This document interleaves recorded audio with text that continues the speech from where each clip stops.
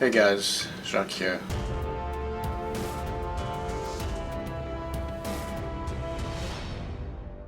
I made some upgrade for my clock here because I realize when I go to rewind it's easy to go in the wrong direction and then it puts too much tension on the maintain spring.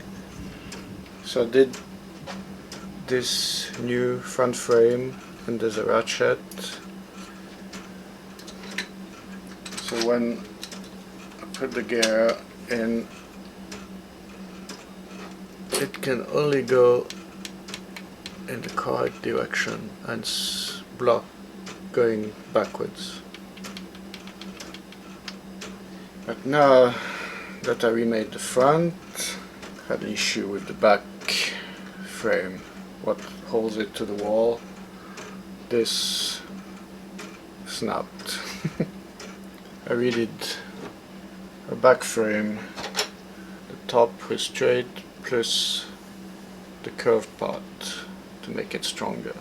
That's all good, but so looking at the side view, you can see the frame is sagging. It's like 2 millimeters lower here, it is here. The clock is still working, but I guess over time it's going to sag more and more and more. I'm going to redesign the clock, pretty much redesign everything, but make the side frame one piece, so it's more rigid. I have that triangle here, and I'll make another triangle up here.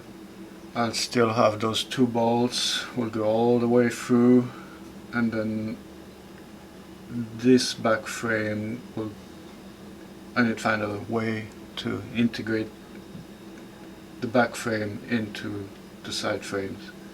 The front will stay the same, I think I can, but basically redo all the middle part. I think part of the issue is the nature of PLA. Over time it builds up with humidity inside the filament and it makes it more brittle, so this is why this broke.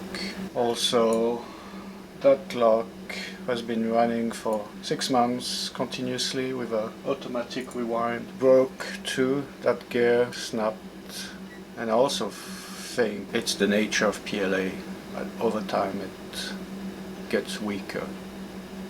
So I could make that gear with stronger spokes, but just learning experience of making clocks with PLA. And that's the kind of experience that only time tells. I'm pretty confident with improved design I can get this clock to be really reliable, so it will be coming.